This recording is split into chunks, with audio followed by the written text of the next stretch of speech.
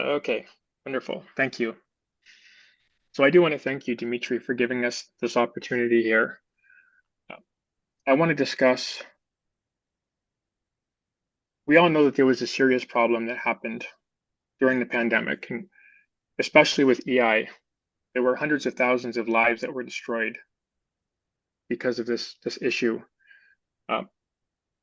What I want to do is try and explain the how and the why so that everyone can understand what the problem was and why they had to respond the way they did to destroy so many lives. And once we understand the how and the why, then it's straightforward to figure out a response. So I have a presentation here that we'll look at in pieces. So the first one, who are we? So I want to outline this project here, and I'll keep it very high level. During the pandemic, the lives and careers of many Canadians were crushed by this label of EI misconduct. It was used in hundreds of thousands of cases. And that actually is a criminal code offense. We'll get into that later. But putting the wrong code on a record of employment actually violates Section 398 of the Criminal Code. So our goal is to explain the how and the why. And then we invite you to join us on a campaign. We have an opportunity here. Unlike many EI cases that I was reading over, many cases tried to find an error in their specific case. And I saw how many people were being abused and how many people were losing. So we decided to take a risk and do something different. We actually challenged the lawfulness of the entire EI process itself, and that led to a long journey of investigating how is EI supposed to work, and then what they did to respond. The only thing we're looking for, if this is something that resonates with you, or that you find important, or if you know people in your lives that were injured by this, we're starting a campaign to use public interest letters. The only thing we ask is we have some pre-written letters to express your concern. So you can read it over, change it if you want, and send it to the courts and to the Attorney General and to the various people involved in this decision-making process, asking them to do the right thing and to encourage the judges that the public actually is watching this and that we support you. And we may file a parliamentary petition as well, depending on how things go. So who are we? This is for a close family member of mine. His name is DA. DA versus Canada is the case. He worked at Purelator for 30 years. I'm going to avoid talking about Purelator because things are being tested in court. This entire presentation is really for education purposes until such time as we have a full decision from the courts.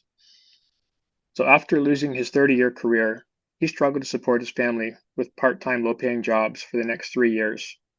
And like many of us, this caused health problems, it caused financial problems, which lead to stress in the family. He did lose his family home to the bank. And thankfully this year, he actually did find another career job. And all of our spare time has been spent in the last 2.5 years investigating this, putting the information together so we can raise public awareness so that all Canadians can fight to obtain justice for what happened. Just a little bit about me. I've held different jobs in various fields in the past 25 years, everything from call centers to working in charities. Spent some time in IT, technical, and security roles. I've also had to do landscaping, manual labor. For my education, I was actually 1 semester short of a master's degree in cybersecurity, but then the pandemic happened. And that is my goal once this whole situation is resolved, is to go back and get my master's so I can go back to working in the field. So I was asked to help in mid-2022 to help file for EI, and I agreed. And I had no idea what we were going to experience. Once we uncovered what was actually happening, that there was an engineering of processes that spanned multiple government agencies to coerce decision makers to break the law by denying people EI. Once I realized what it was, we couldn't stop. So we are in this challenge until the very end.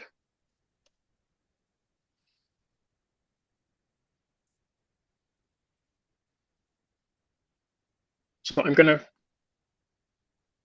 because everyone with IVIM is already familiar with the pandemic, Dimitri's done a really good job of explaining a lot of the science and medical stuff. We're not going to talk about that in this. We're going to focus strictly on the EI. I just wanted to raise 3 quick points about something that was new during this pandemic. For the first time, we actually shut down the country, the whole world actually, and I'll use their terms, to prevent the spread of a deadly virus. And their chosen method was to quarantine healthy people. Right? Never in history have we quarantined healthy people to stop a pandemic. And of course, those lockdowns caused huge supply chain issues, huge economic problems. So in order to prevent economic collapse, they had to make it safe for people to go back to work.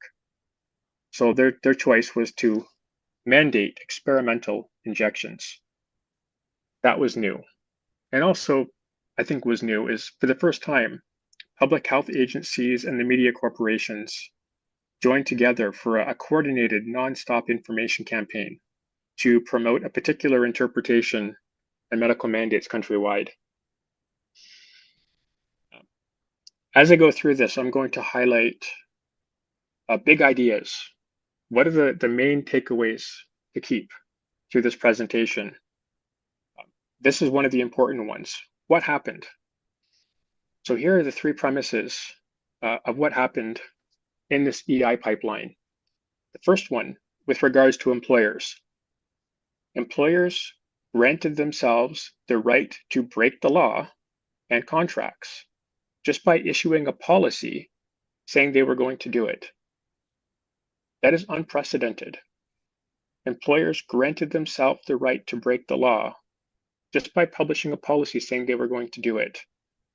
And then when people pushed back, many, I won't say all, but many companies issued falsified records of employment to justify it.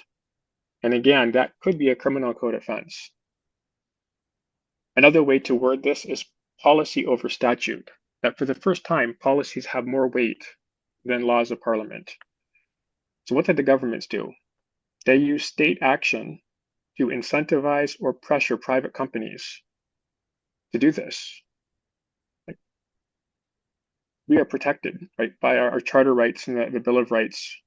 There are many things the government cannot do directly, but if they use money and other incentives to incentivize companies to do it, then they can wash their hands of it and say, look, it wasn't our fault, right? And then to compound that, anytime someone challenged it, they just accepted the absurd statement from the employer that, hey, our policy permitted it. So they upheld that. And then, of course, you have adjudicators, the EI decision makers. They refuse to address this injustice. Anytime someone raised the point about why are you breaking the law? Why are you using policies that coerce people to break the law? That includes changing tests that are defined by law. That includes abusing the processes of the court, and many other things we're going to cover. They always argue jurisdiction. It's not in our authority to examine whether or not your employer broke the law. And of course, as we'll see from the EI Act, that is explicitly required. Since 1993, one of the primary reason for determining whether or not to disentitle someone is whether or not their employer acted contrary to law. And there are many cases prior to 2020 where that decision was made. But again, because of an emergency pandemic, for the first time, decision makers were coerced into saying, no, we're not going to look into that, saying it's not within our power. We are going to make this slide deck available to everyone. You'll see we have, as we go through this, many references. For the sake of time, we won't click through them. But this will be made available to you so everyone can actually walk through this on their own. So how it happened. As part of any federal judicial review, we have to ask questions of the court. We have 12. I'm just going to quickly read through some of them, and then we'll expand on them as we go through the presentation. So here's a question. Can corporate policy override contracts and provincial and federal law? And I think we would all know prior to the pandemic, that was not a controversial question. Question number 5, when policies do break the laws and contracts, are they legally active? So for example, if an employer had productivity issues and they issued a policy saying every employee must work 24-hour straight shifts with no breaks, is that active? Just because it's in policy, does that stand? And if someone says, I'm willing to work 60-hour weeks, I want some overtime for Christmas to buy gifts for my family, but I'm not working 24-hour straight shifts, and then they're fired for not complying with the policy, what happens? Number 6, when we arrive in that situation, is it permissible for EI decision makers to say, we're not going to consider your contracts. We're not to consider historical common law. We're not going to consider what the EI Act says. It's outside of our scope of authority. Never mind that we did it for decades. Another one is, can tribunals violate home statutes by citing case law? In other words, the EI Act is required. It is the standard by which decision makers make their decision. Can they find a paragraph in a federal court case somewhere, pull it out of context, and use that to justify breaking the EI Act? I think that's an important question. And as we'll see, this happened en masse. And then another one, can decision makers use undisclosed and internal information in their decisions? One of the most important factors that happened is a secret memo was issued that was not available to the public, and it's actually not available to the courts, that changed how Service Canada and EI Commission decision makers adjudicated cases. And of course, that was not disclosed to the public, so even the courts are not aware that this document exists. Is that okay? And the Supreme Court has already said no, that is not acceptable. So I'll briefly look at the root cause. And if you have any questions, please let me know. Yeah, if you can talk just slightly closer to the laptop, maybe it will be slightly louder. But it is good. It's good. Very good. Okay. Oh, I see what you're saying. Yep. So how this played out was a story that took a lot of time to uncover. We'll look at the scope of the problem later, but it took a lot of work to pull off what we're going to see is a massive scandal. What ended up happening is that processes that are defined by law were engineered and changed across multiple agencies. Just like we were coerced, and we would say it's not fair for you to make a policy that coerces us to do something. The same thing happened inside the EI adjudication agencies, where policies were crafted that coerced or at least perversely incentivized the decision makers to deny EI cases. And in some cases, there was the threat of their job on the line too.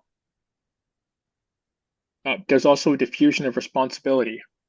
Because they engineered processes to span multiple government agencies, it broke out the unlawful actions across many people. So you can't point to a single person who touched your case and say, hey, you broke the law. Because ultimately, it was little pieces that were put together and pushed down across agencies to pull this off. So the process engineers, I think, is really what we need to really start thinking about here. Another problem is that there is no real understanding of the law. The tribunal on their website advertises the fact that 2/3 of the EI tribunal members have no legal training. The only thing they get is what they are taught in a comprehensive training course when they start. And the same thing happens for Service Canada. Service Canada went on a hiring spree around the mandate time, and they hired a lot of new employees who also had no understanding of the law. So if the only thing you know is what you're taught in training, are you going to expect that you are being taught to break the law? If you don't think that's possible, then we have to is it really the fault of the EI decision makers that this happened? And as we'll repeat, this big idea happens over and over. Policy trumps the law. It wasn't just at the employer. All across the pandemic, not just in EI, but across the pandemic as a whole, something new happened.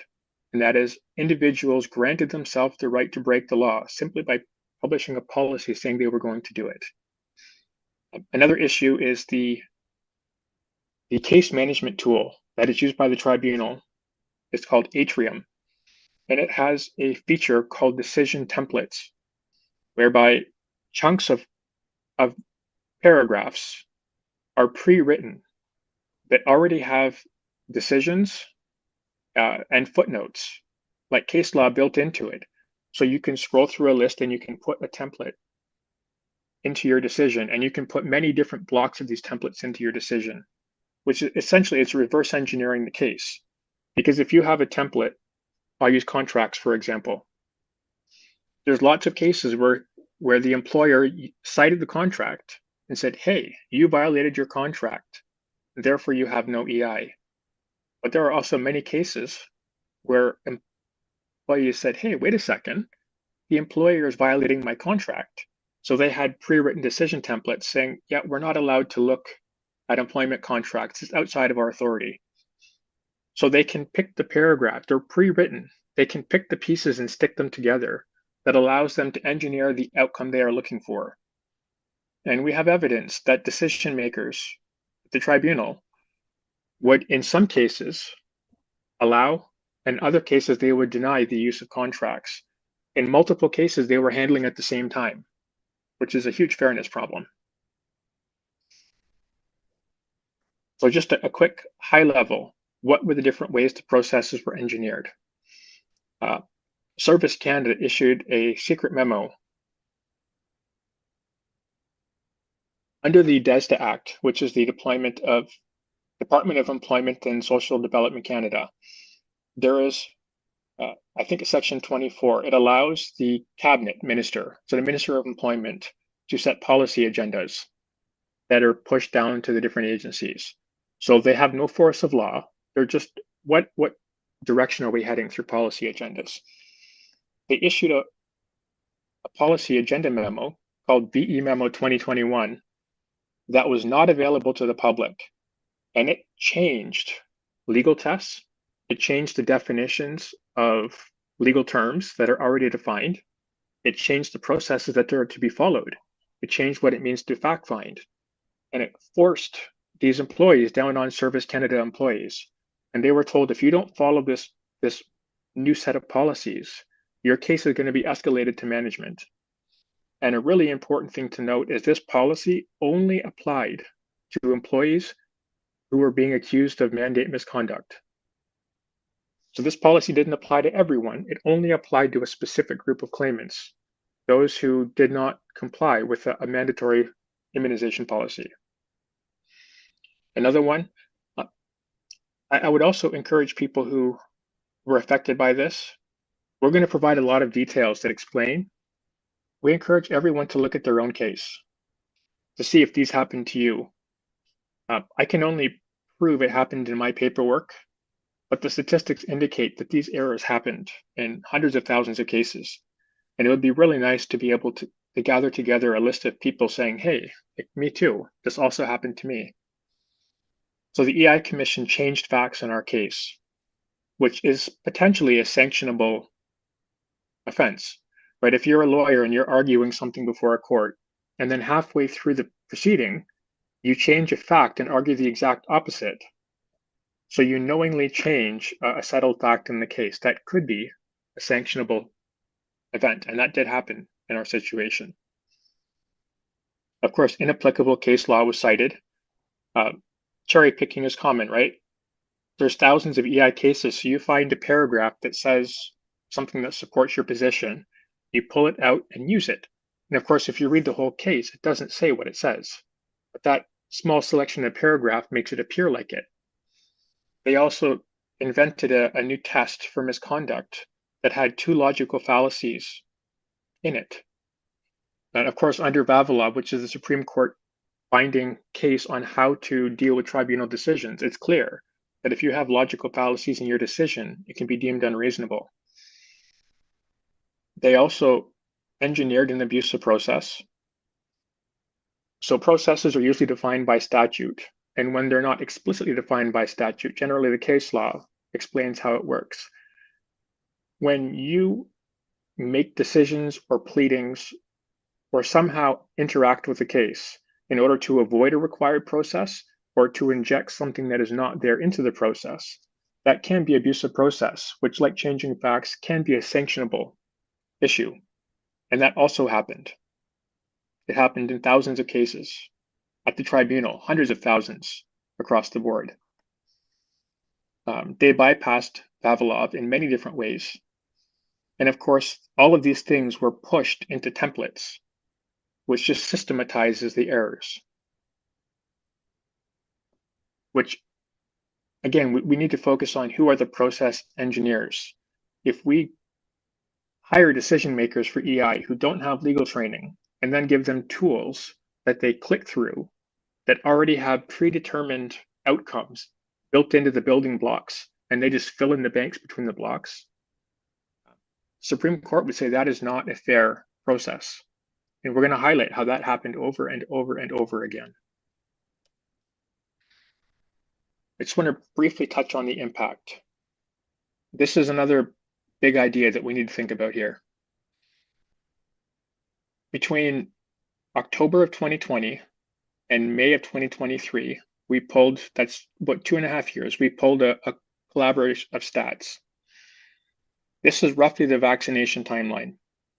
Right? Vaccines came out in December, but they first started in trials in November of 2020, and the mandates were dropped by June across the country 2023.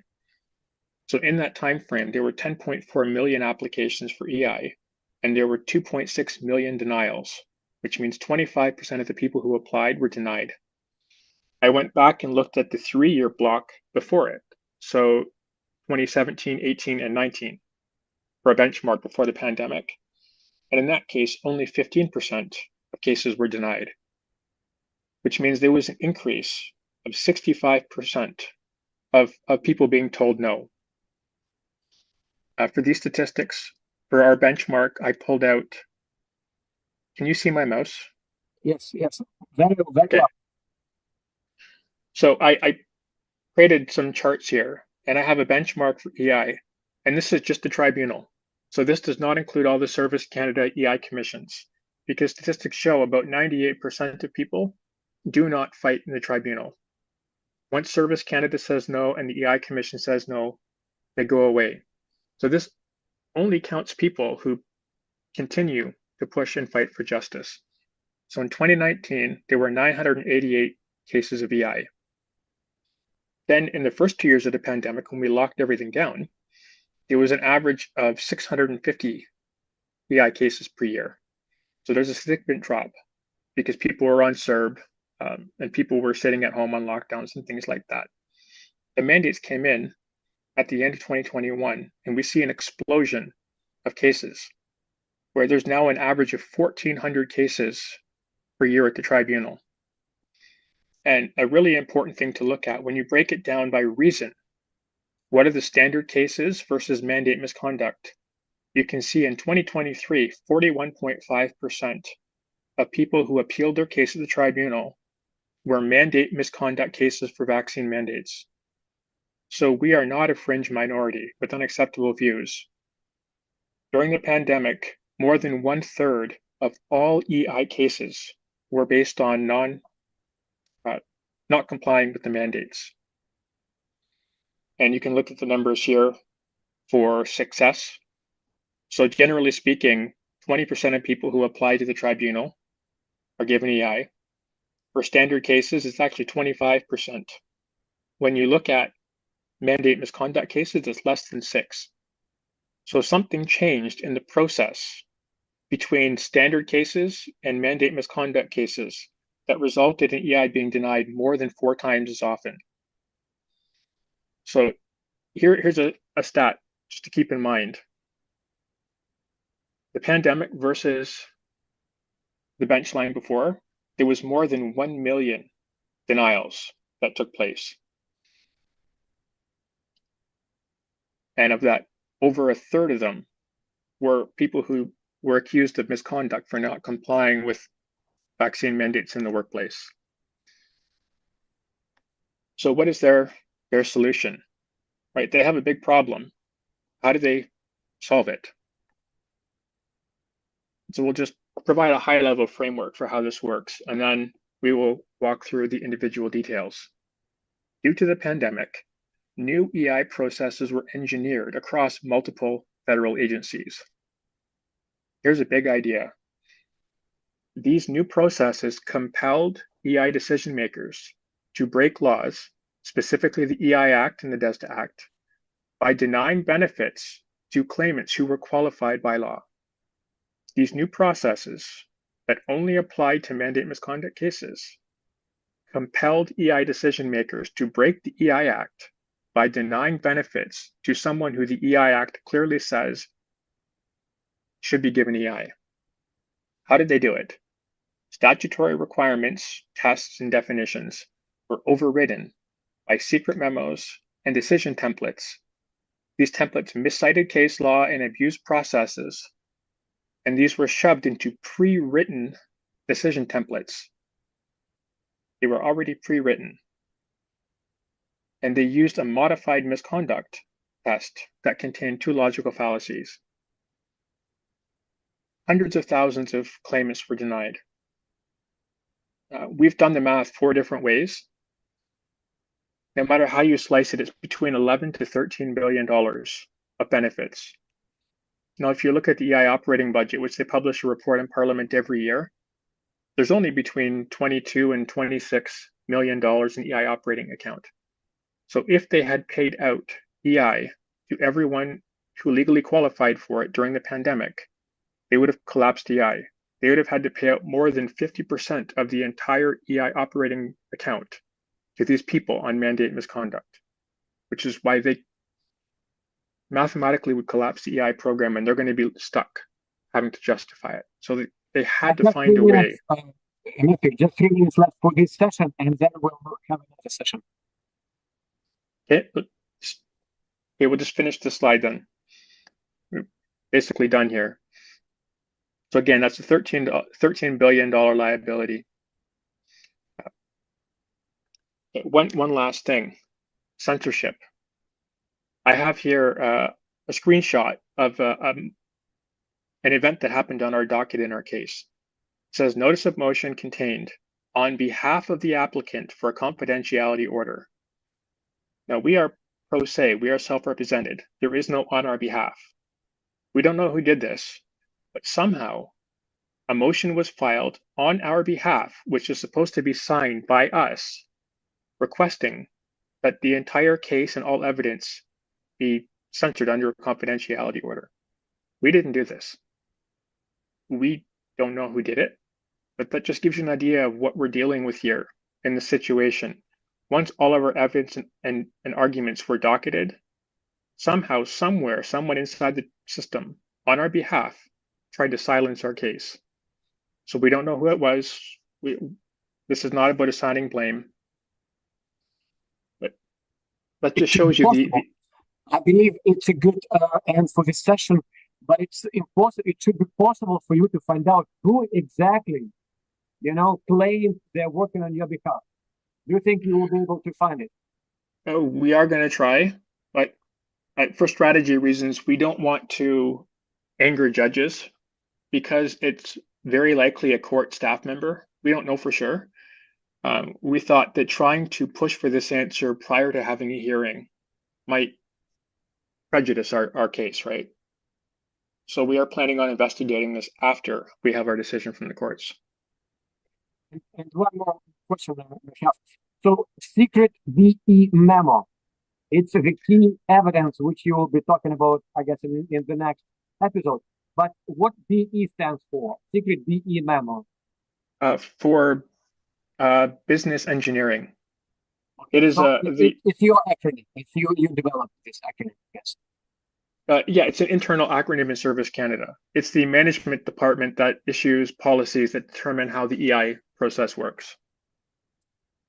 Okay, excellent. And we do have examples on our website, Justice for EI Misconduct. Okay. You'll see the So that's our pull it up. first episode. One of the things that happened over and over during this is that the tribunal and EI decision makers kept coming back saying it's not within our authority to determine whether or not an EI, whether or not a policy is reasonable. And they had that in the template. They used that hundreds of times, saying that it's not our position to judge your reasonableness. And we actually agree in our case. We are making it very clear we are not challenging the reasonableness of a policy because EI members can't do that. What we are doing is challenging the lawfulness of the employer's actions. And that is important because as we're going to get into right now, that is a requirement. So here's where we left off. The first presentation was just highlighting a high-level view of what happened. We have two more parts. This part we're going to do right now is discussing what does the law actually say? What is required of EI decision makers? Now that we've seen what the problem is, once we see what is required of them, then we can get into and how did they start engineering processes to get around this? They do not want to collapse EI and be left holding the bag.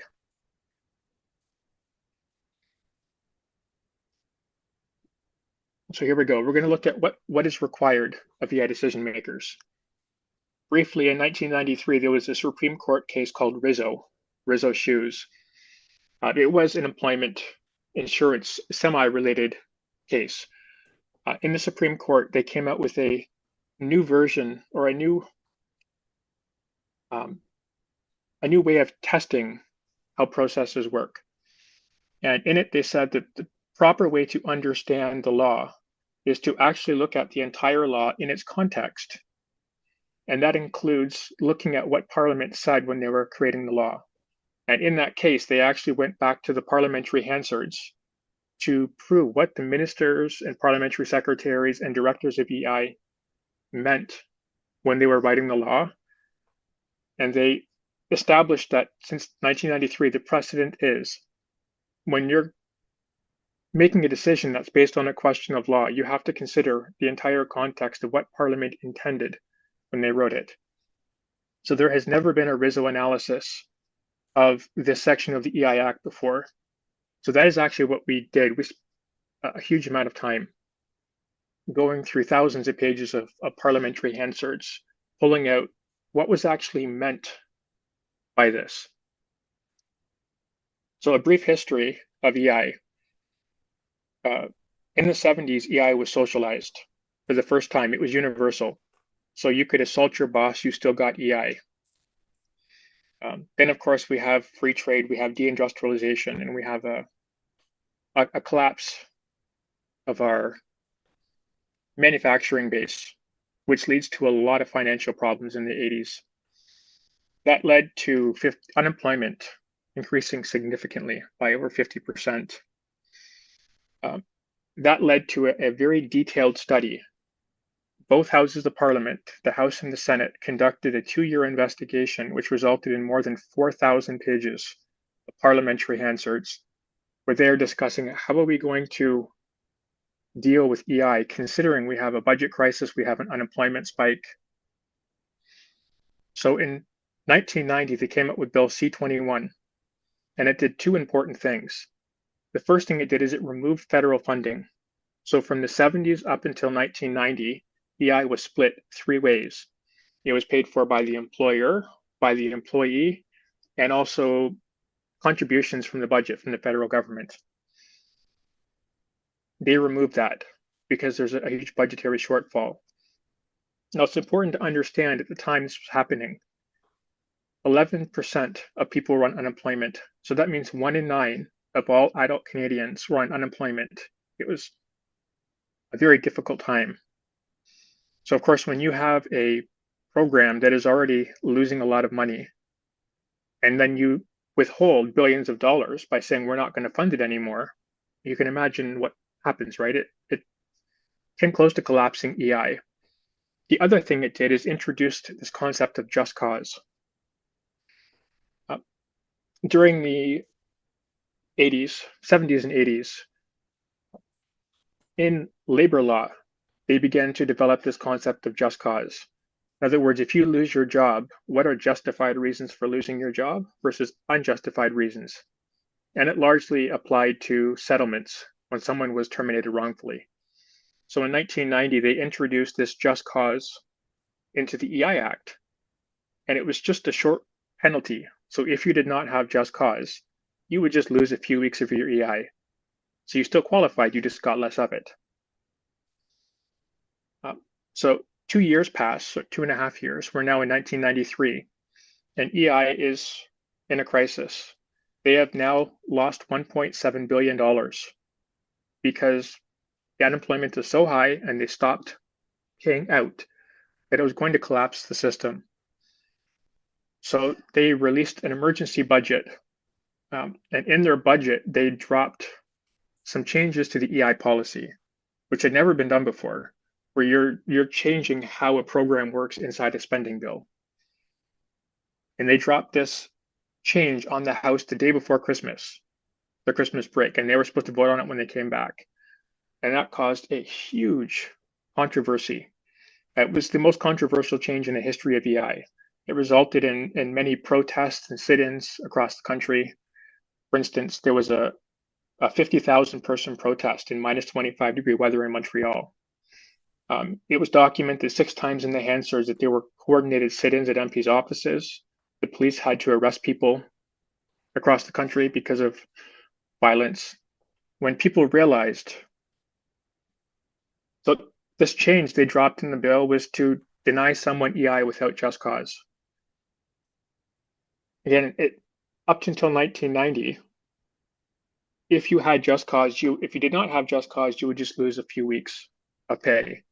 This change they dropped in said, no, if you don't have just cause, you're going to lose all EI. You'll get 0. And it's mentioned throughout how controversial this change was. One example, it's mentioned twice, that the Minister of Employment and the leadership announced they were having to do construction projects, and at all the rooms used for EI adjudication across the country, they had to install backdoors for the safety and security of the EI decision makers because this change was so controversial. It provoked a motion in the House, an emergency motion. It was extremely controversial. This change failed because of the public outrage. They came back 5 weeks later with a new bill called C-113, where they had the exact same changes before. If you do not have just cause, you get 0 EI. But they were forced to do 2 changes. They were forced to add 14 just cause categories to the law. In other words, if you had one of these 14 reasons for leaving your employment, you qualified for EI. And that 14 categories covered the 40 different reasons that were in labor law. They were also forced to add the benefit of the doubt to the claimant. So in other words, if there was a question back and forth and it wasn't clear whether or not someone qualified for EI, they had to be given EI up front. And then you go through the process. And if it turns out that you don't qualify, then they can take it back. But they said it's way too harsh to just deny people straight up when there's a question about whether or not they qualify and leave them hanging for months with no job, no employment, no money for pursuing this process. And that change did pass. So in total, over this 5-year period, there were 5 volumes of over 4,700 pages. This term, just cause, appears 545 times. It is the primary basis upon which EI is to be granted or denied. So for legislative intent, in our filings, we've included the statements of 10 ministers or 10 members of parliament from the party in government, 5 deputy ministers or ministers, 3 UI directors, and 2 parliamentary secretaries. And they were clear, unequivocal, that EI benefits cannot be denied to claimants who have just cause when separating from employment. And many of these quotes also make it clear, even in situations where the employers allege misconduct, you still have to do this just cause analysis. One of these 14 points is contrary to law. We'll get into that in a second.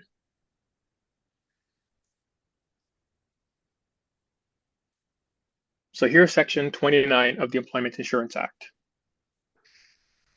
For the purposes of section 30 to 33, which is the disentitlement part of the act, just cause for voluntarily leaving employment or taking leave from an employment exists if the claimant had no reasonable alternative to leaving or taking leave regarding the following circumstances.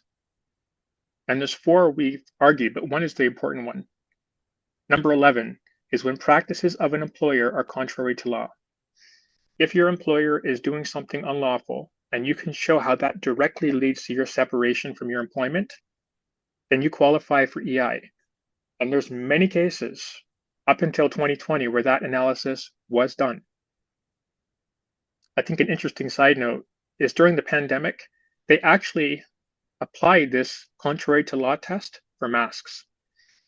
So if people lost their job and they complained that the reason I left is because my employer is not forcing everyone to wear masks, then EI decision makers said, oh, not upholding mask mandates is contrary to law. You qualify for EI. So it shows a double standard that they will do the contrary to law analysis when it penalizes the employee. But if it penalizes the employer, then they won't do that analysis. They'll say it's outside of our jurisdiction. And we have in our documentation on the website many examples of that. So the primary one is practices of an employer that are contrary to law. The three other ones are significant modifications of terms and conditions respecting wages or salary, significant changes in work duties, or undue pressure by an employer on the claimant to leave their employment. So I just want to read this again. Just cause for voluntarily leaving or taking leave. They're both there. There was a lot of debate over that wording, and they made it clear that both situations apply, whether you voluntarily leave or whether you take leave. You still have to do this just cause analysis in either case. What's the difference between voluntarily leaving and taking a leave? Leaving, it's like you are forced, your employer put you on leave. Is it correct? Yeah, so it's not defined in the law, but there's two ways to interpret it that have come out later. It can either be by reason or by scope. So I'll take the first one. Voluntarily leaving is I'm making a choice. I'm walking away from my job. Whereas taking leave is no, I'm not quitting. I'm not walking away. I'm just on a leave. Okay. Like a leave of absence, which is where we were. The other way to look at it is voluntarily leaving is intentional. It's intentional. Whereas taking leave of, if I'm taking leave of something, it's not intentional. In other words, I'm leaving my employment, but it's not because I'm choosing to leave. Something is happening that is causing me to take leave. So in either situation, this wording here shows that both, whether it's by choice or by force, or whether it's by a permanent leave or whether it's just a temporary leave, both situations must be considered when you're examining whether or not something happened contrary to law or whether or not the employer made unilateral changes to your contract. And again, we have examples of many cases where this was done up until the pandemic. And then obviously something happened, and we'll get into the details why. But this is in statute. It is required by law. And all of a sudden, no, we don't have to do that anymore because of an emergency. It's not in our power to examine whether or not the employer broke the law. And they. Okay, so let's move to the next column. So the next, there's one other section I want to look at in the DESDA Act. This is the act that sets the basis for the tribunal. For the powers of tribunal, the tribunal may decide any question of law or fact that is necessary for the disposition of any application made or appeal brought under this act. They may decide any question of law or fact that is necessary to decide the case. And again, that was widely cited before the pandemic. So under jurisprudence, I just want to show one case here. This is a case that actually came out during the pandemic in 2023, and it cites multiple federal cases, saying the term illegal and contrary to law analysis. The term illegal has a broader meaning than merely contrary to criminal law. It includes contraventions of employment standards, like the Canada Labour Code, legislation, collective agreements, and licensing board certifications, and they cite multiple federal court decisions backing that up. So when they're testing contrary to law, they actually have to, by precedent, look at, did they break labor law? Did they break health and safety legislation? Did they breach the contract? So how did they get around this? Because it's black and white, and precedent shows they were following it till the pandemic. And we'll look at how they engineered the processes. A quick note regarding contrary to law. There's a bunch of different ways that the law was broken. We have lockouts. So a lockout is defined this way: closing a place of employment, suspending work, or refusing to continue to employ an employee, done to compel them to agree to terms or conditions of employment. If they make a new policy and they say, we're not going to let you work until you agree to these new terms and conditions, it's a lockout. Canada Labour Code says lockouts are prohibited during the term of a collective agreement. And that's also in every collective agreement I've seen has a similar statement. Falsified records of employment. We will look at that in a minute. But it's a criminal code offense to willfully change the reason on a record of employment. Management rights is really important. In a contract, management rights is the clause that gives the employer the right to make policy. When you say that we cannot look at your contract because it's not part of our analysis, how do they actually have the ability to invoke management rights for a policy violation? And we'll look at it. There's Supreme Court precedents that shows, no, you can't do that.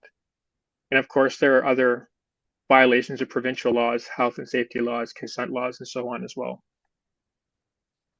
Before the pandemic, there was over 500 times that just cause analysis was done. So they knew that it was required. Also, before the pandemic, there were 365 cases that discussed the contents of employment contracts and cited different terms inside collective agreements when they were deciding whether or not to deny you benefits.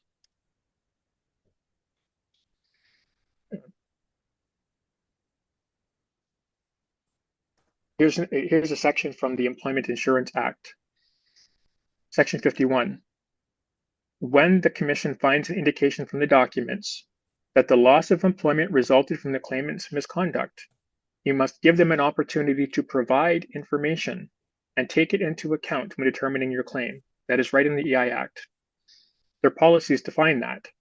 Evidence can take many forms, like written instruments, contracts, and collective agreements. Pertinent legislation, collective agreements, and employment contracts are among the evidence necessary to prove the facts of a case. So this is binding on them, both under the statute and their internal policy. We've already looked at lockouts. As far as contracts go, Vavilov, the Supreme Court says, where a relationship is governed by private law, which is employment contracts, it is unreasonable for the decision maker to ignore that contract in determining the parties' rights. So the Supreme Court also makes it clear, if the contract is involved, you have to look at it. You can't just ignore what the contract says when deciding whether or not to give the benefits. There's one more case we'll touch on, that's KVP. It came out of a labor arbitration decision in 1965, which the Supreme Court made binding precedent across the country in 2013. And it says, anytime that you are unilaterally introducing rules and they are not subsequently agreed to by the union, you must satisfy 6 prerequisites. We're just looking at two. It must not be inconsistent with the collective agreement, and it must not be unreasonable, which includes unlawful. If something breaks the law, clearly it's unreasonable. In Irving, they came out and said any rule or policy unilaterally imposed on an employer by an employer and not agreed to by the union must be consistent with the contract and be reasonable. So there's no way out, no matter how you look at it. They're required to do this analysis. So this is a snapshot of the EI claims process. So it starts with something happens up here inside an employer that results in you being separated from your employer. Then you apply to Service Canada for EI. They make a decision, you reconsider. If you don't like it, the next step is going to the Tribunal, which is a different body. And just like Service Canada has two levels, they also have two levels in Service Canada. There's a general division. If you're unhappy, you can appeal the appeal division. If by the time you get to the end of the appeal division, you still don't have an acceptable decision, then you can apply to the courts for judicial review. And now we're going to walk through step by step by step. How did they engineer the processes at each stage in this in order to make sure that people were denied access? And again, we have references to the various statutes. First one is record of employment. Everyone who, with intent to deceive, falsifies an ROE by any means is guilty of an offense. Section 398 of the Criminal Code. There's an ROE guide that is published by ESDC that explains how to fill them out. It says it is a serious offense to misrepresent the reason for issuing a record of employment. If you knowingly enter a false or misleading reason, you may be subject to fines or prosecution. It also says use code N when the employee is leaving the workplace temporarily on a leave of absence, for example, taking any period of unpaid leave. Now, there was some confusion during the pandemic, so they issued a very specific document called Filling Out ROEs During COVID-19. Again, we have links to all this. When the employee does not report to work because they refuse to comply with your mandatory COVID-19 vaccination policy, use code N for leave of absence. And yet, we found that hundreds of thousands of people were given an M for misconduct, and it was knowingly. So I wonder. We started this our first session with me showing response from the employer to one of our members, and the employer specifically wrote, "We wrote M according to the instructions we have received, but it was administrative leave without pay. It was not in any way a discipline." So, according to your knowledge right now, is it the employer who followed the instructions, received from somewhere telling them you need to use M, or is that so? Did they follow the instruction, or was there like another instruction which you are telling us they should have written N instead of M? So we don't know. Yeah, we don't know. I can say this. The criminal code is clear. The ROE guide that's been around for 25 years is clear. Then because of all the confusion during the pandemic, they released a document specifically about records of employment, and it confirms use code N. So if an employer put M and they did it knowingly, then they're violating the law. Now, if someone inside some department sent them an email saying you can, that's a different question. But I mean, if the law says something and the regulations confirm that, and a specific policy document confirms it again, like at what point can you excuse, oh, I found an employee inside Service Canada that told me something different? Is that justifiable? So I have a question here, because you say it's a quote you've taken from somewhere. When the employer doesn't report to work because of the vaccination mandate, use code N. Did you get this quote from somewhere? Like, do you have a document which actually shows this? Yep, it's linked right here, and you can see this document comes directly from ESDC. Everything because in here is because you know what? It tells me that for that my colleague, whose grievance case I was showing, I could possibly provide him a idea, recommendation. Why not you follow up with your employer and tell them that they should have put code N. There is no way they could have put code M when the instruction, specifically with the one which you're linking here, tells them to put code N. So I think this is already a little gain for all our members who are listening to us right now. Yep, everything that is orange is linked, and you can see everything is directly linked to a government website. So this is not my theory. I am putting direct quotes from the authoritative sources. Now, there's a very practical consequence. ROEs are the only sworn evidence. That's really important. Box 22 on every ROE says, I recognize that it is a criminal offense to provide false reasons on this form. Every time you issue an ROE, you have to swear it's a certified document, which is why it's in the criminal code. Because of it, it's the only sworn evidence. So when the only sworn evidence says you've committed misconduct, and then you have your hearings and you say, yeah, but here's all the reasons why, they're relying on it saying, yeah, but that's not sworn under penalty of perjury. The ROE is, which has huge implications on the process, right? The only sworn evidence is a falsified ROE.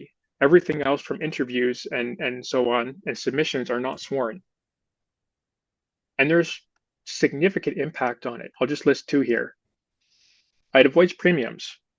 Under the EI Act and the regulations, if you are on a period of leave, on approved leave, and then you receive pay for that at any time, then EI premiums are due for that whole period of time. So if they put you on unpaid leave, and you grieve it, and the arbitrator comes back and says, yep, you should have been paid, you have back pay now, they're required to pay EI into that. So if you have a few hundred employees off for a year, that can be upwards of $1 million of EI premiums that is owed, that is not being paid, because by putting an M, they separate you from employment. And then how do they pay it back? By the time you go back to work, it's another year or 2 years later. You've already passed the reporting period for taxes. So you've deprived huge amounts of money from the EI program by separating someone versus putting them on leave. Also, there's a workforce reduction program. And again, this was also used in mass. If you reduce your overall numbers of workers permanently, this is meant for restructuring, and your workers are given a choice to voluntarily leave, they can be given code G. However, that must meet a bunch of requirements in the program. That was not met here because everybody was on a period of leave. So anyone who got a code G was still denied EI because of their misconduct. But meanwhile, the employer got huge credits on the back end for it. So let's look at the BE-Memo here, and we'll close off with this. Yeah, we have 3 minutes and 30 seconds to finish this session, and I think it's becoming already very powerful evidence which you are showing us here. Yep, so everything is linked, everything is on the website. The BE-Memo started with this title, EI Eligibility and Refusal to Comply with Mandatory Vaccination. The first line in the first paragraph said this memorandum is not linked to any legislative or regulatory amendments. So right off the bat, they're saying we're going to apply a special group of policies, but only to people who refuse to comply. And it's not based on any laws or regulations. It is strictly based on internal policy. And of course, towards the end, it said this guidance is to all staff involved in processing EI claims. And this memo unlawfully usurped parliamentary authority in a number of ways. For instance, it only applied to a specific subgroup. It didn't apply across the board. Because it was secret and not published publicly, it violated VAVLA paragraph 95, which says that it is unacceptable for decision makers to expect their decisions to be upheld on the basis of internal records that are not available to the parties. So again, that nullifies their decision. There are many errors in the BE-Memo. It abused processes. It override defining. It changed definitions like exceptional circumstances that didn't exist anywhere. It just invented a subject and said, because of exceptional circumstances, we can change the law. They changed what it means to fact finding by saying you're not allowed to look at contracts. Complete fact finding does not include contracts when the law says you have to. They changed the definition of suspended and dismissal. They changed the definition of availability for work. So this is a very serious problem. When you're implementing a secret policy that forces decision makers at Service Canada to do something different than the law, and then tell them their cases will be escalated to management if you don't comply with the secret policy. And then that policy goes ahead and forces them to break the law. So again, if anyone wants more details, everything is listed in full on our website. They can read the memo, they can read the ATIPs, they can look at all of our arguments based on it. And they're all linked at the bottom here too. So in the first part, this will be the third part of 3 covering the whole presentation.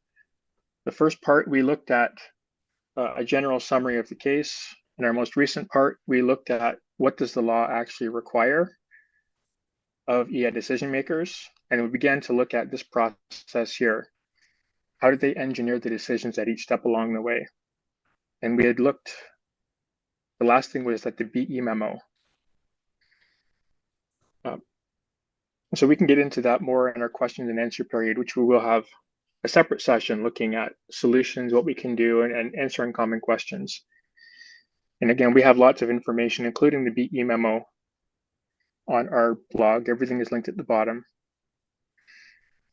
The important thing is that a secret memo was issued that coerced EI decision makers at Service Canada and the EI Commission to use new processes with new legal tests and new legal definitions that did not exist before, like changing the definition of suspension, leave of absence. They invented a situation called exceptional circumstances that exist nowhere in law. And that was their justification. Because we have a pandemic, we can just override the law with this secret memo. And of course, Vavilov, the Supreme Court, says it is unacceptable for decision makers to expect their decisions to be upheld on the basis of internal records that are not available to that party. So that closed off Service Canada. I want to briefly look at the EI Commission. There was another very serious problem that took place there. So again, if we go back to our map quickly, you can see after your employer separates you up here at 0, you proceed to Service Canada. If you don't like your answer, you apply to the EI Commission, which is the appeal inside Employment Canada. And then if you do not like your decision there, you can appeal to the Tribunal, which is an independent agency. Also under Employment Canada, but they're completely disconnected. And they also have 2 levels of hearing.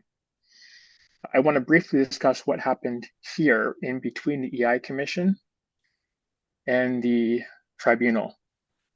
Because I believe this is egregious. So in our EI Commission record, we had 18 statements from 4 different sources, all saying that we were on a approved leave of absence. When we applied for reconsideration to the EI Commission, they changed their answer. And they actually said that, no, you were on a approved leave without just cause, is how they worded it. But of course, if you do just cause analysis, they have to look at whether your employer is acting contrary to law or unilaterally changing your contract. And they didn't do that.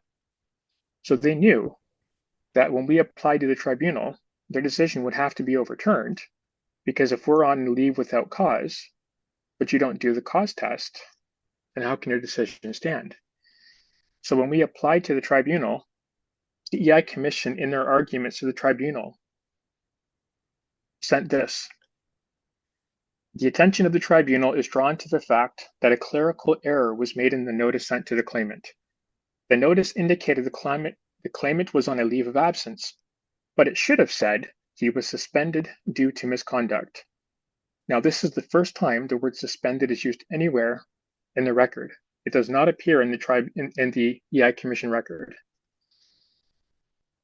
As case law, they cited this. Errors which do not cause prejudice are not fatal to the decision. And they're citing a federal court case here.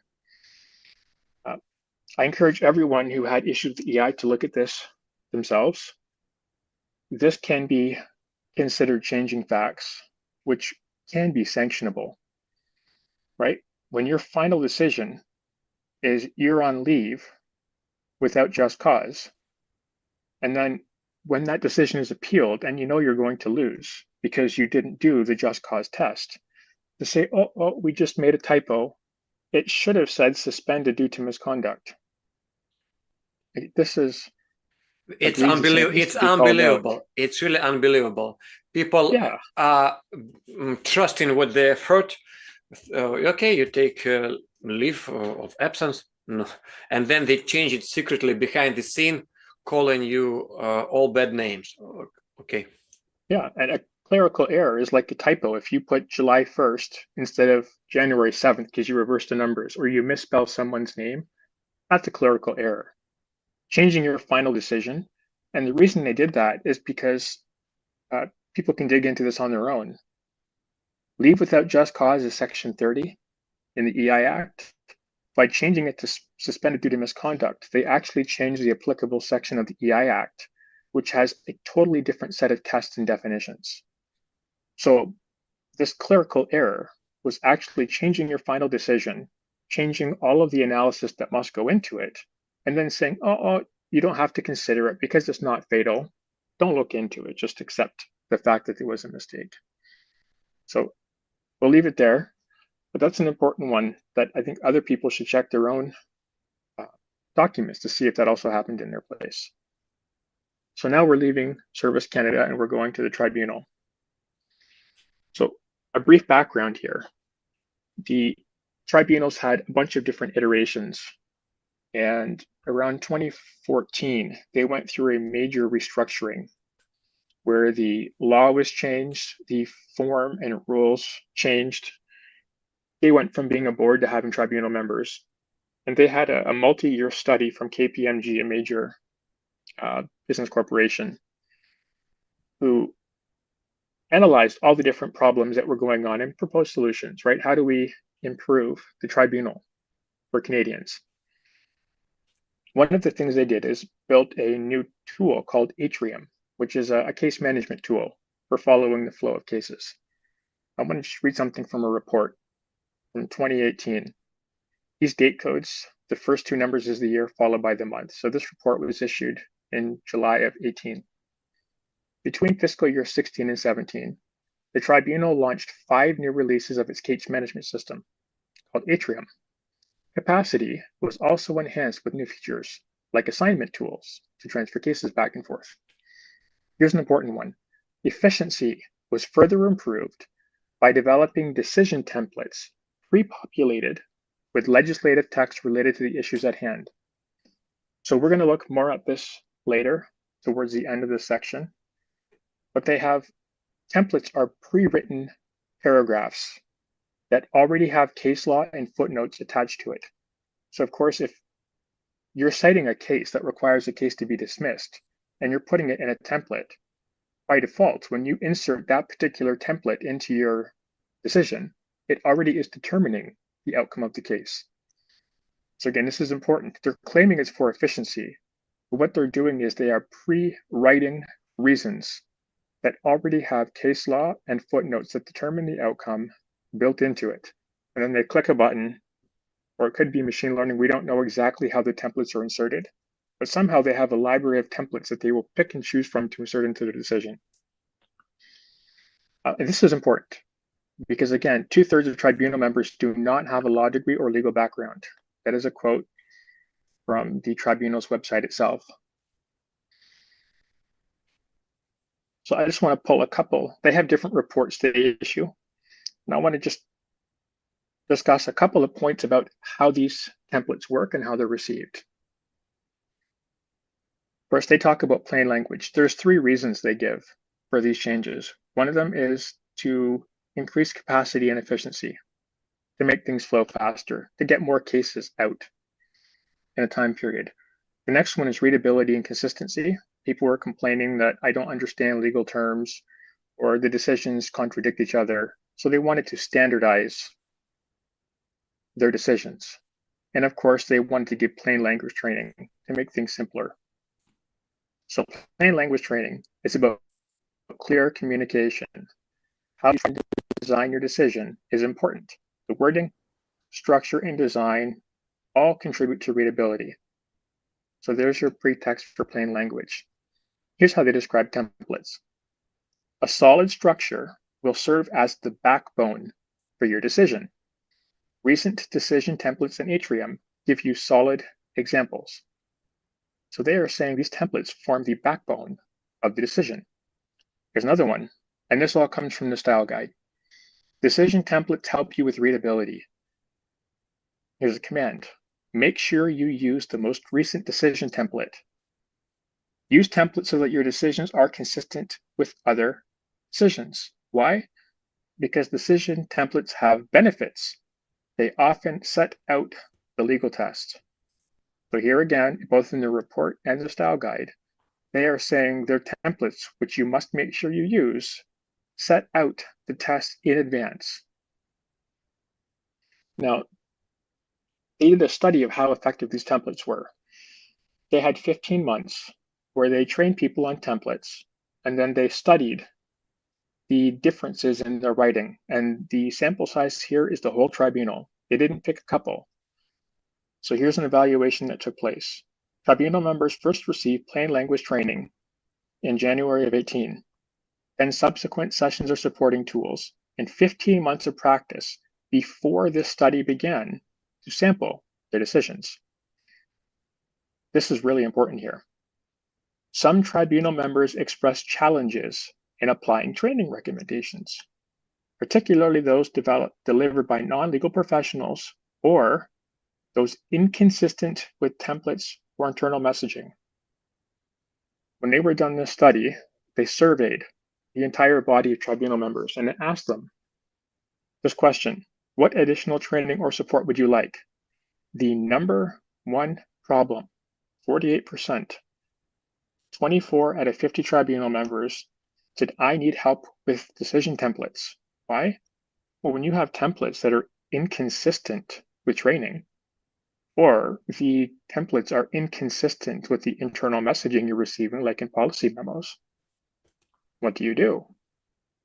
So I just want to highlight this as put this in the back of your mind as we go through the next sections.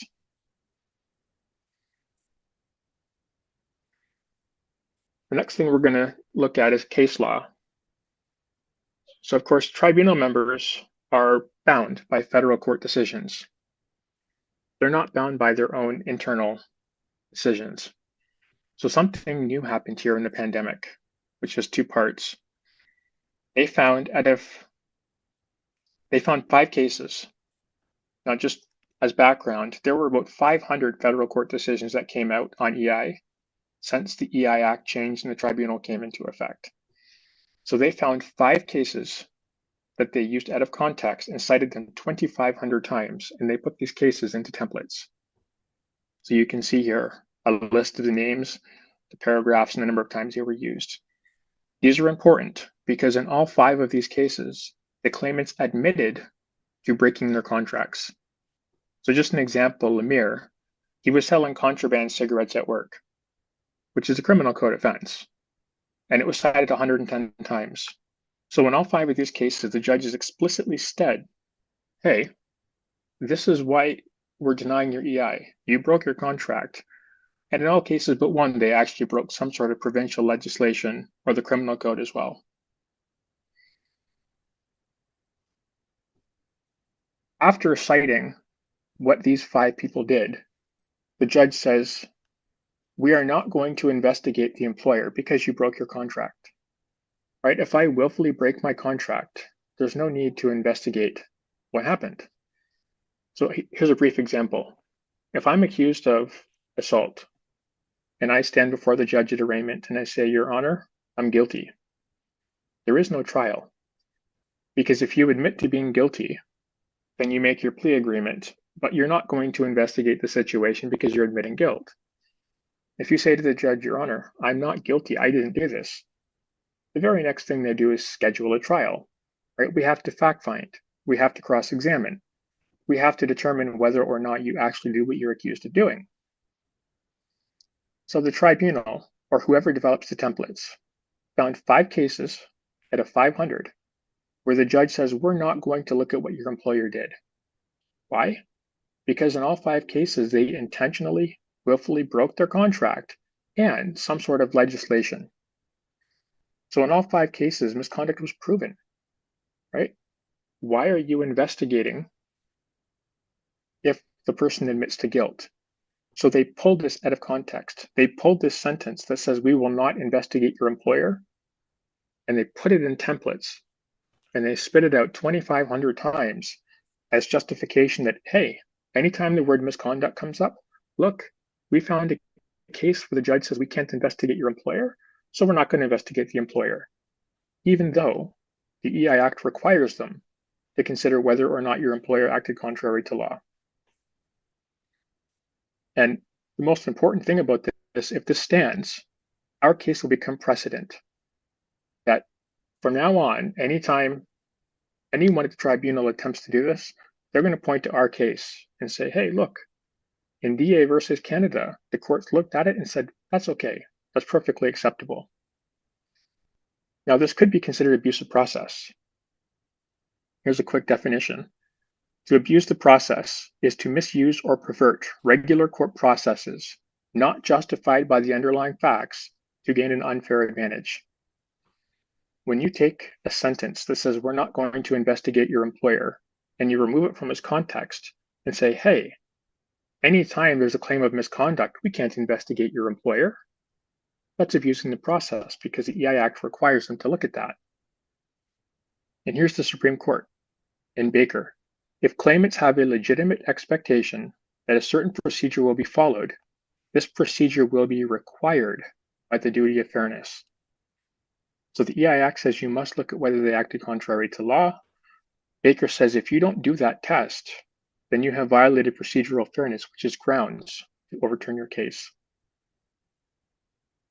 And the example I gave, guilty pleas don't result in trials. If you admit that, yeah, I knew what my contract says, I broke it, that's it.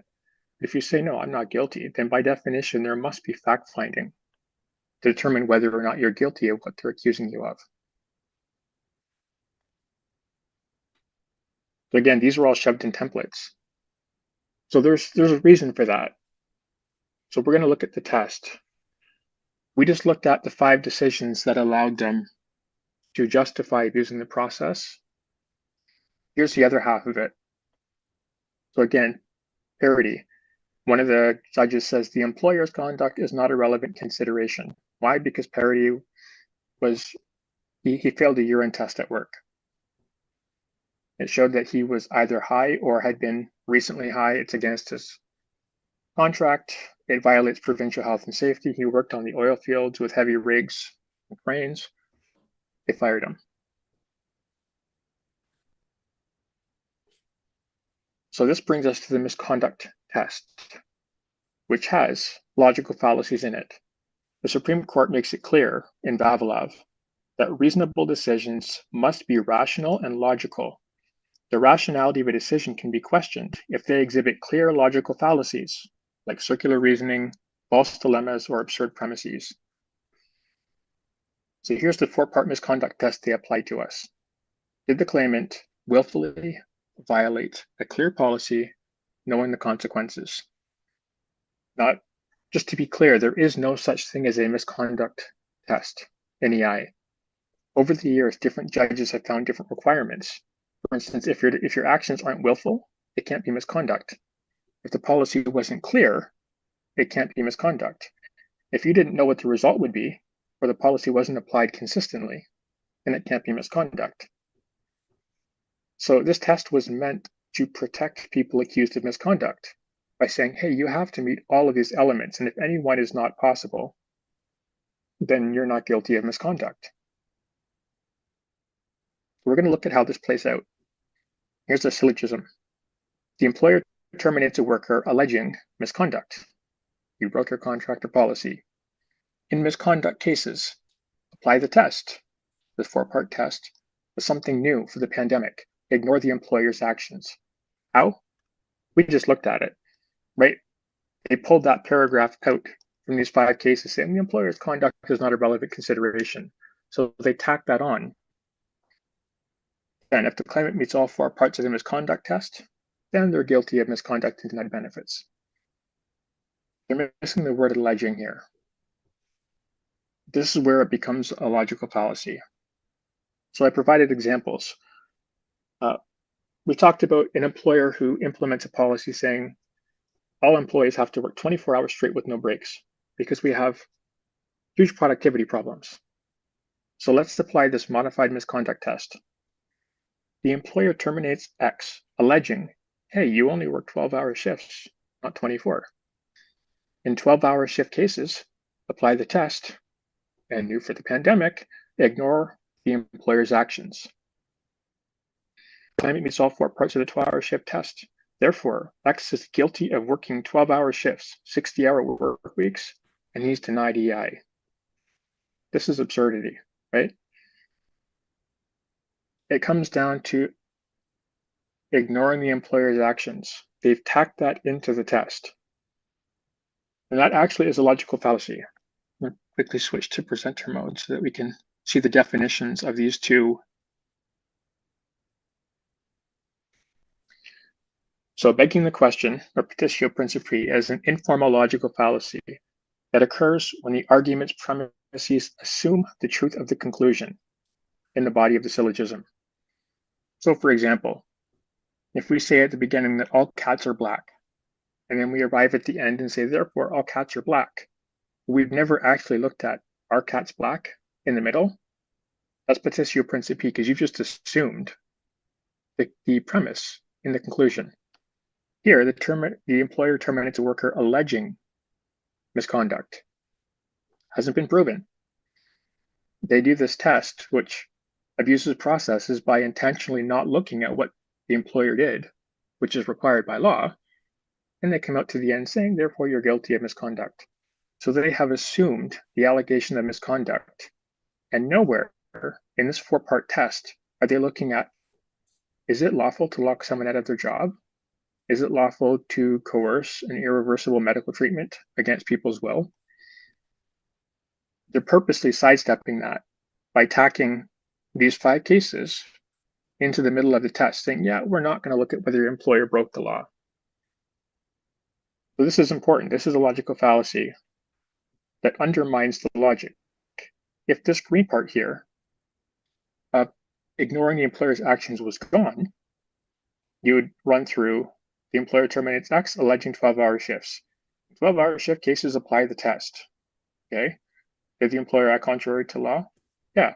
Employment standards say you can't work more than 13 hours at a time. So therefore, they fail the test. The other one is special pleading. Special pleading is an informal logical fallacy where a person claims an exception to a general or universal principle, but the exception is unjustified, double standard. What we're looking at here is the universal principle is the EIX says you must examine whether your employer acted contrary to law. And they're saying, yeah, but if there's an M in your record of employment, we don't have to do that. Well, where is that in the law? You are adding something, an excuse to say, yeah, we don't have to do what the EI Act says. Why? Because I found a paragraph in a case somewhere where judges, we don't have to investigate the employer. Right? They found 5 cases out of hundreds where the judge says, we're not going to look at what the employer did. Well, why? Because you admitted to breaking your contract.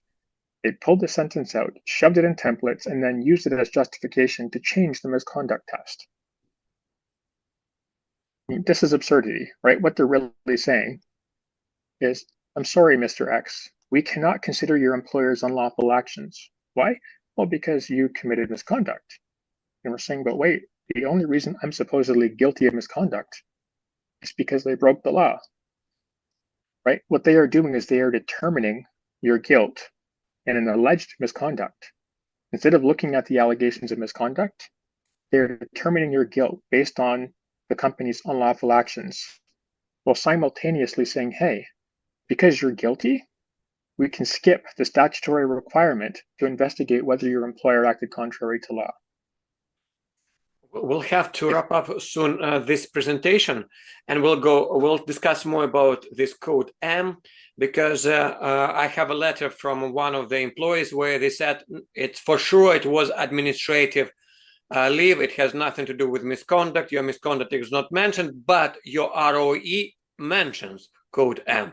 So for employer, even they write it in writing, no, it was administrative, nothing was related to your misconduct or bad behavior, but on paper, they put M, and it has become a trigger to essentially to deny all support from employment insurance. So I'm just looking at the time, Matthew, so let's say about 10 more minutes. I think we still have.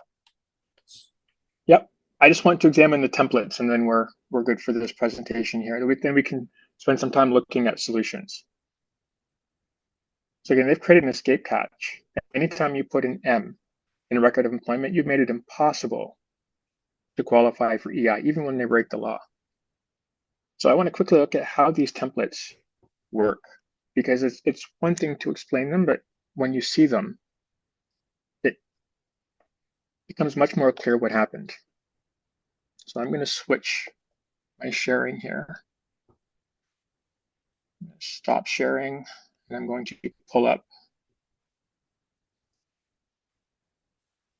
my screen here. And we're going to look at the templates for KVP. So again, KVP was a labor arbitration test that set out 6 requirements. The 6 requirements were that if you were going to deny someone EI, or if you were going to find someone guilty of misconduct for a policy that was unilaterally imposed, you had to look at 6 conditions. Number 1, it must not be inconsistent with the collective agreement. And number 2, it must not be unreasonable or unlawful.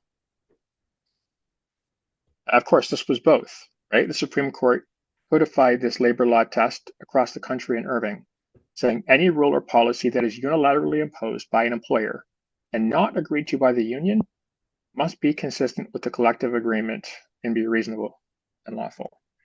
Let's look at how these templates worked.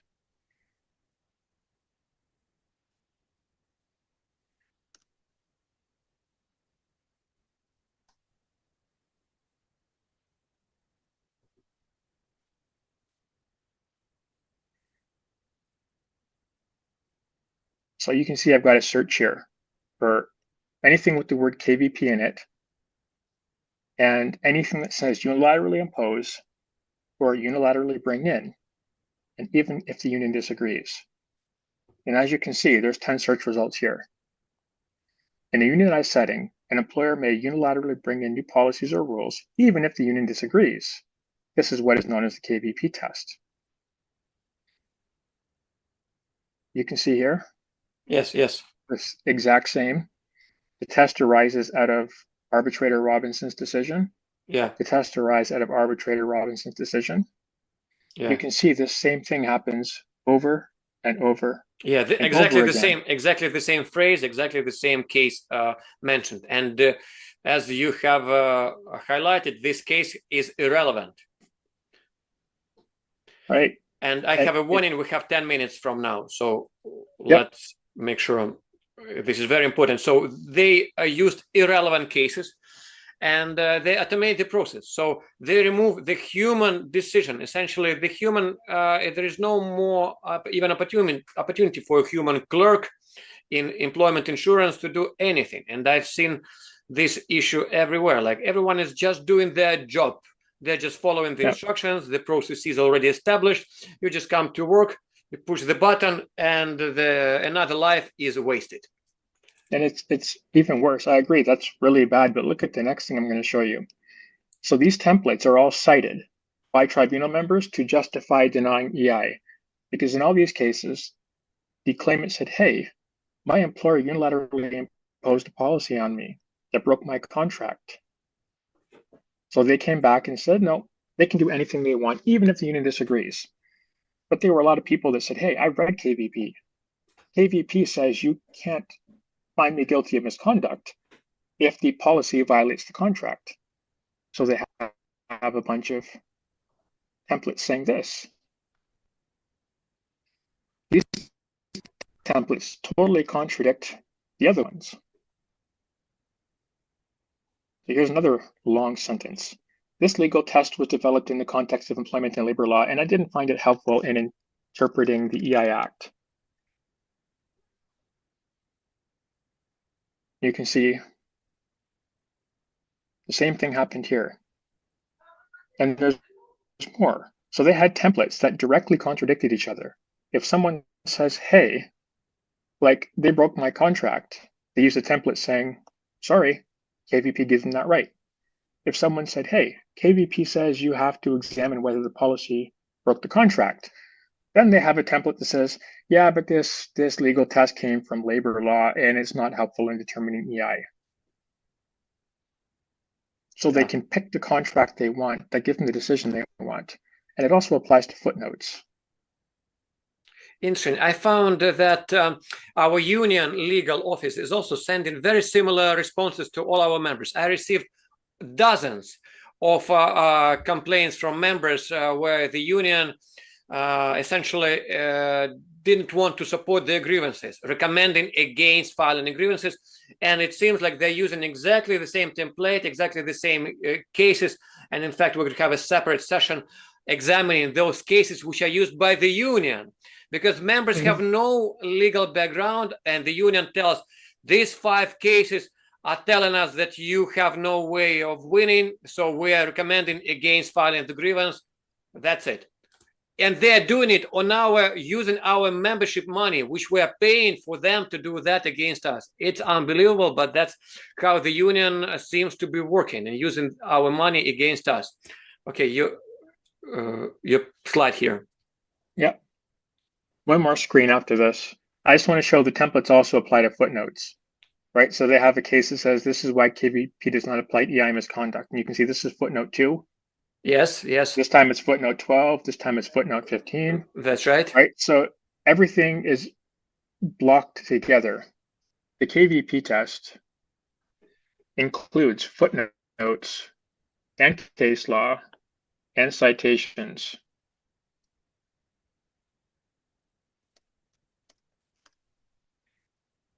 I just want to show the results of this.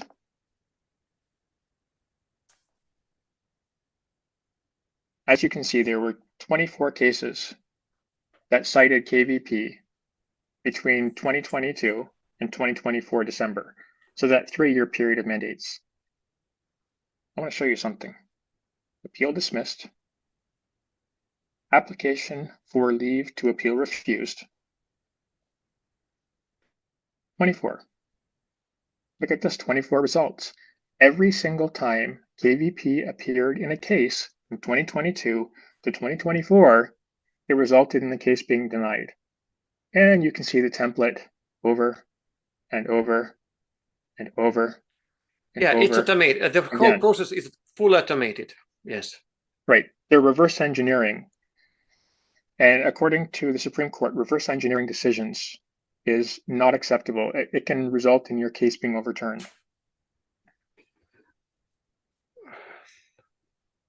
So we have maybe less than 5 minutes now. Yeah.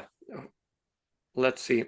So we're not going to discuss this. This is the last error in the case. The EI Act describes how EI is paid. And of course, we talked about the fact that EI is not paid by the government. It was a judge who made a mistake in this case in 2007, saying that it is not acceptable to transfer the cost of EI benefits to taxpayers. This case was cited 160 times. Again, people can walk through this on their own, but taxpayers don't pay for EI. And yet 160 people were denied EI, saying, hey, even if your employer did break your contract, it's not fair for the taxpayers to pay for it. So that's it. That brings us to the end of our conclusion. We've looked at the big picture, we looked at the problem they had to solve, and we looked at how they've engineered processes all the way through to come to a decision of misconduct, no matter what happened. So just to recap, who is paying for EI benefits? Is it the employer? It is split between the employer and the employee. 58% is from the employer and 42% is from the employee, and that is right in the Act. So not taxpayers, bottom line. The taxpayers have not paid for EI since 1990 when Bill C-21 came out and removed taxpayer contributions. So essentially, So that I'm was sure- a misleading statement, and I've heard it myself also, that we just cannot afford doing that because taxpayers will have to pay for those millions of people on leave without pay. Exactly. And I'm sure the judge meant well. For generalist judges, he doesn't study the EI Act. This was obiter dicta. He was just making this as a side comment. He didn't deny it for this. He was making a side comment that, yeah, even if that's true, it's not fair. And then, as you can see, that was cited 3 times in 6 years. The pandemic comes, 160 times that was used. That's right. I see. Did you I have see. any questions you want to discuss in the last few So minutes? what is your next step? Again, what are you trying to achieve right now with such a very clear presentation? You have shown that, in fact, the role of the human decision-making right now is practically removed. So the whole process has been crafted, automated well before even the pandemic to manage cases which are, we can ask the question, who benefited? Who drives these processes? What is the force behind it? So you can probably answer this question, like who developed it? What was driving this automation? And what would be the next step? Yeah, so I think we can get into the details in the next recording on solutions. But in general, we've found 15 errors that were strung together. Processes were engineered which coerced or incentivized people to break the law by following new processes and using tools that automatically determine the outcome of their case. This is a serious problem, right? $13 billion, hundreds of thousands of people's lives were destroyed. If this case does not get public attention, this will become precedent. We cannot have these errors being precedent so someone can cite DA versus Canada to justify this in the future. So what we're looking for is people sending pre-written letters. We'll talk about this more later, but sending letters to the courts and to the people in government who are responsible saying, hey, this is not right. We need to have justice here. Remind us, please, when is your case, when it will be heard? Do you know already the date? And we are just waiting for approval, but it's supposed to be the second week of February. Okay, so maybe just closer to this meeting, we will have another Zoom discussion with you and invite everyone possibly to join to listen to this historical defense. So thank you very much, Matthew. This is unbelievable professional approach to examining, to reverse engineering the whole process, because indeed you need to understand how the machine works. And again, we will just meet for the Q&A in a separate session. So I thank you everyone who watched this episode. Please watch the next one too. Thank you. Thank you. So before we continue, I want to just lay out 2 pieces of information that would be helpful.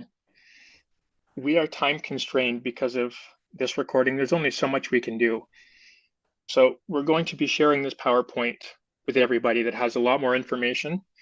And we also have a Substack set up, which I'm going to share on the screen here for a moment, which has a lot of information in it.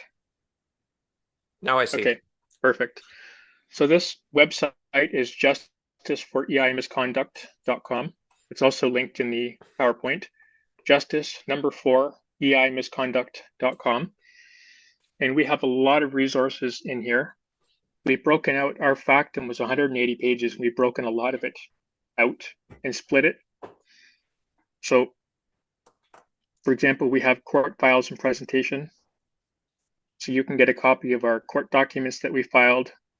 You can see much longer presentations. We have a 5-hour presentation that walks through this case in great detail.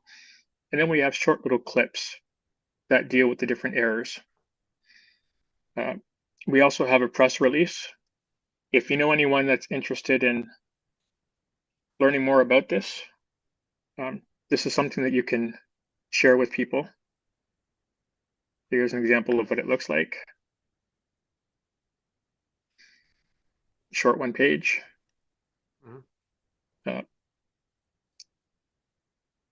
And here is the meat of our case. We've broken down our factum into individual pieces. We just talked about the BE-Memo, so I'll show an example of the BE-Memo. This is our argumentation for it before the courts. And again, as you say, BE stands for business engineering, which is a term which they use, I guess.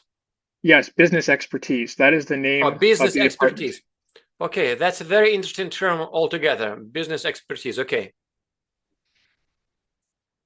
And then in here we have our arguments. We quote from the memo. We have footnotes. If you go to the bottom, we have footnotes that link to everything. We have links to the BE-Memo itself. We have links to the ATIP, or the series of ATIPs that was used to uncover it. For example, we're going to be starting with an analysis of what does the EI Act actually require. So as you can see here, we have a lot of details where we walk through. There's hundreds of pages of Hansard, like parliamentary transcripts. We look at the EI Act in great detail. And if you go down to the bottom, you can see that we have 35 footnotes explaining this. So if anyone wants to know more about each individual section, there is a lot in there that they can use. So the first question, which actually I have following our first presentation, what is your timeline? What is your plan? Where are you right now in the process? So we are just waiting for a hearing date. We've had some back and forth with the court. It looks like our hearing will be a 2-day hearing in the second week of February, sometime between the 10th and the 13th. So that is still subject to approval from the Chief Justice. We should know by the end of next week. And then we will be publishing that information on this. So our Substack is free to join. There's a lot of information here, and we'll be publishing notifications with things like the public interest letter, and more updates on our case once we actually hear back from the court sometime this week or next week. And I know that presentations, court presentations, hearings are public. So I guess you will let us know when the date is or where it is, and people will be able to attend in person, and possibly even you could request a Zoom. Yes, it will be over Zoom. Because it's not near us, we've asked the court for a Zoom hearing. So provided they approve our request, there'll be a public Zoom link. Anybody can attend. You have to register. You just have to put in your name and email address, and the court will send you a copy of that link so you can watch in real time. Okay, so you will be presenting your case, the one which you are describing right now. Yes, it will be my family member. Because I'm not a lawyer, I'm not allowed to directly address the court. So he will be talking according to your points, like you are not allowed to speak there, right? So correct. Okay,